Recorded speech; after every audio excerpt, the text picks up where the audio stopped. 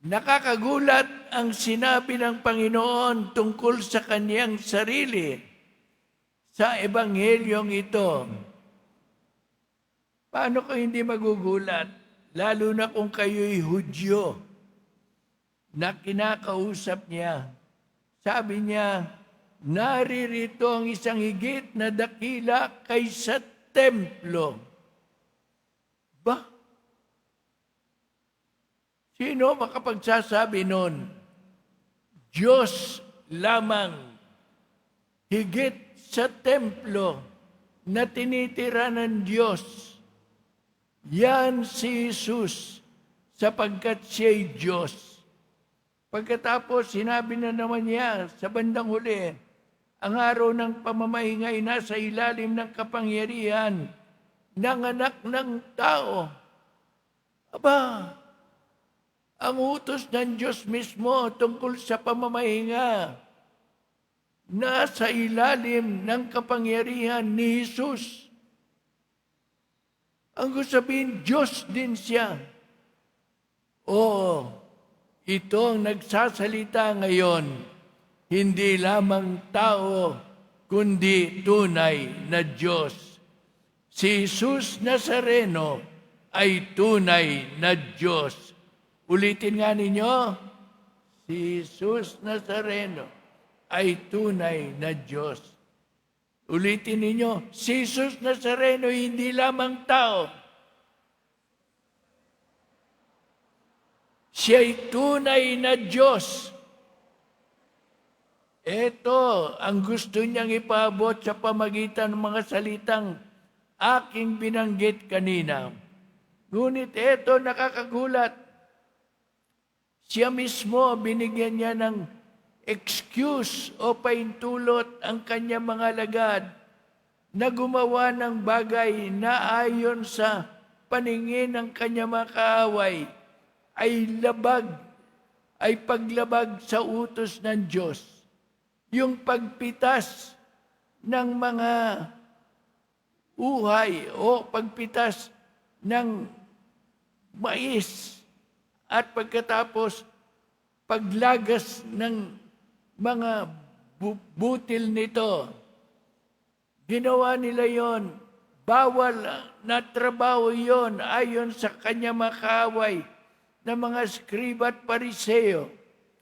Ngunit pinaintulutan ni Jesus at binigyan pa niya ng mga pagkakataon sa lumang tipan kung paanong kung kinakailangan ay pwedeng labagin ang utos ng Diyos kung sakaling ang kabutihan ng tao nakataya. Ang gustong sabihin ay ito, Kanya ang Diyos ay nag-uutos ng anuman.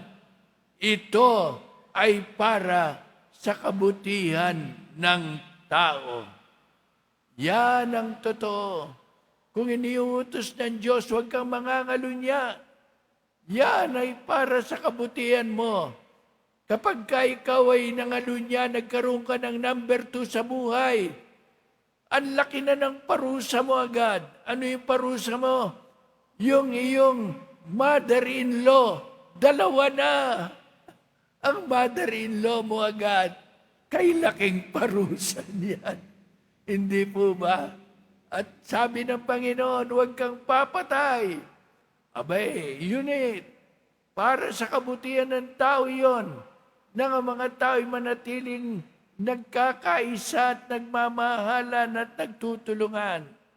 Pag sinabi ng Panginoon, tulungan mo ang iyong kapwa na nangangailangan, ang utos na yan ay para sa kabutihan nating lahat na mga tao.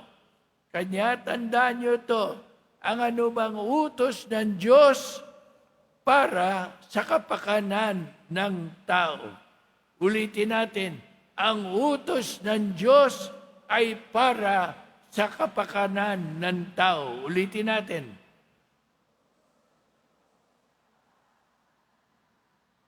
Kaya, alalahanin ninyo ito. Pag may iniutos ang Diyos, gawin ninyo sapagkat yan ang tunay na makabubuti sa inyo. At kung sakali naman, halimbawa, may utos wari ang Diyos, ikaw ay magsimba sa araw ng linggo, ngunit may nagkasakit kang kapatid na walang magbabantay, kailangan mong bantayan, hindi ka makasimba, makalalabag ka sa wari utos ng Diyos, sapagkat ang utos ng Diyos, tulungan mo ang iyong kapwa, mahalin mo at arugain mo. Ang pagsisimba, pwede mong ipagpaliban. Ang pag-aaruga sa kapwa, huwag mong ipagpapaliban. Yan po ang gustong sabihin ng Panginoon. Ang nais ko ay hindi hain, kundi habag. Hindi hain, kundi habag. Kabutihan ng tao, una sa puso ng Diyos. Amen.